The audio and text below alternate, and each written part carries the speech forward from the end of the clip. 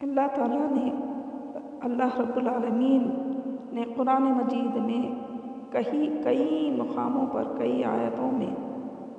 کئی انسان کی کمزوریوں کے بارے میں نشاندہی فرمایا ہے آیتوں کے ذریعے سے۔ تو کچھ آیتیں جو ہیں وہ مال کی محبت بھی اللہ تعالیٰ ظاہر کر رہا ہے، انسان کے اندر مال کی محبت ہوتی ہے۔ تو اس کے بارے میں فرما رہا اللہ تعالیٰ کہ سورۃ العادیات آیت نمبر 8 میں وَإِنَّهُ لِحُبِّ الْخَيْرِ لَشَدِيدٌ، انسان دولت کی محبت میں بری طرح مبتلا ہے۔ ایک اور آیت میں فرما رہا ہے سورۃ الفجر آیت نمبر 20 میں وَتُحِبُّونَ الْمَالَ حُبًّا جَمًّا، تم لوگ مال کی محبت میں بری طرح گرفتار ہو۔ ایک اور مقام پہ اللہ تعالیٰ سورہ تغابن میں آیت نمبر 15 میں فرماتا ہے انما اموالکم واولادکم فتنہ، تمہارے مال اور تمہاری اولاد تمہارے لیے آزمائش ہے۔ دیکھیے مال سے محبت، اب مال جمع کرنے والوں کو اللہ پسند نہیں فرماتا، مال جمع کر کے رکھنا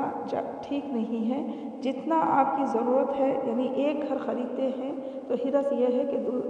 پھر دوسرا بلڈنگ خریدنے کی چاہت، پھر تیسری بلڈنگ خریدنے کی چاہت، پھر کچھ اور فلیٹس خریدنے کی چاہت، یعنی مال کی محبت دل میں ایسی بس جاتی ہے کہ بس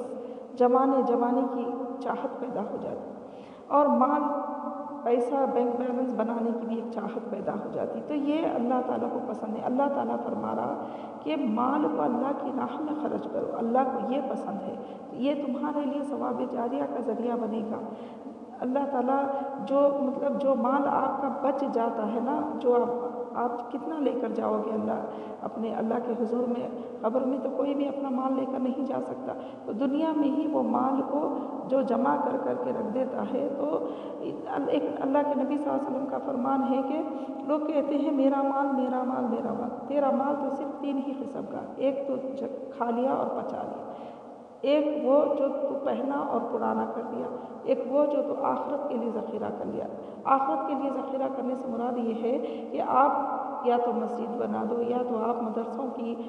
تعمیرات میں اور ادارے کے مدرسے کو سپورٹ کرو، کسی بھی مال کے کچھ بھی ذریعے سے جو بھی مدرسے میں ہو سکتا ہے وہ شریک کرو، یا غریب غربا میں تقسیم کرو، ان کے لیے کچھ آپ ان کے قرض ادائیگی کا ذریعہ بن جاؤ، کچھ آپ ان کی جو ہے نا رہن سے کوئی چیزیں چھڑانے کا ذریعہ بن جاؤ، یا اپنے مال کو ان کی تنگدستی دور کرنے کا ذریعہ بن جاؤ۔ تو اس طرح سے اللہ تعالیٰ کو پسند ہے، کیونکہ مال اللہ کی راہ میں خرچ کرنے سے، صدقہ خیرات کرنے سے مال بڑھتا ہے گھٹتا نہیں، زکوٰۃ ادا کرنے سے بھی مال کی پاکیزگی ہوتی ہے اور مال بڑھتا ہے گھٹتا نہیں۔ تو لہٰذا آپ اپنا مال جو بہت زیادہ کثرت سے جمع کرنا بھی جائز نہیں ہے، اپنے مال کو آخرت کے لیے ذخیرہ بنا لیجئے، آخرت کا ذریعہ بنا لیجئے، اور جو بچ گیا مال وہ تیرا مال نہیں بلکہ تیرے وارثوں کا مال ہے، فرمایا اللہ کے نبی صلی اللہ علیہ وسلم، یعنی تمہارے وارث اس کو فائدہ اٹھائیں گے، تم فائدہ نہیں اٹھائیں گے، تم تو اپنا جتنا بھی اپنے ہاتھوں سے خرچ کر لو گے وہی تمہارا آخرت کا ذریعہ بنے گا۔ اور باقی تو آج کل کیسی اولاد کتنا والدین کے لیے خرچ کر سکتی ہے مرنے کے بعد، یہ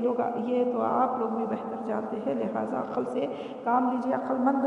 وہی ہوتے ہیں جو اپنے ہاتھوں سے اللہ کی راہ میں خرچ کر لیتے ہیں، خرچ کر کے دنیا سے اپنے رخصت ہونے کا جو ہے ذریعہ بنا لیتے ہیں اس کو۔ تو ثواب جاریہ کا ذریعہ بنائیے۔ وآخر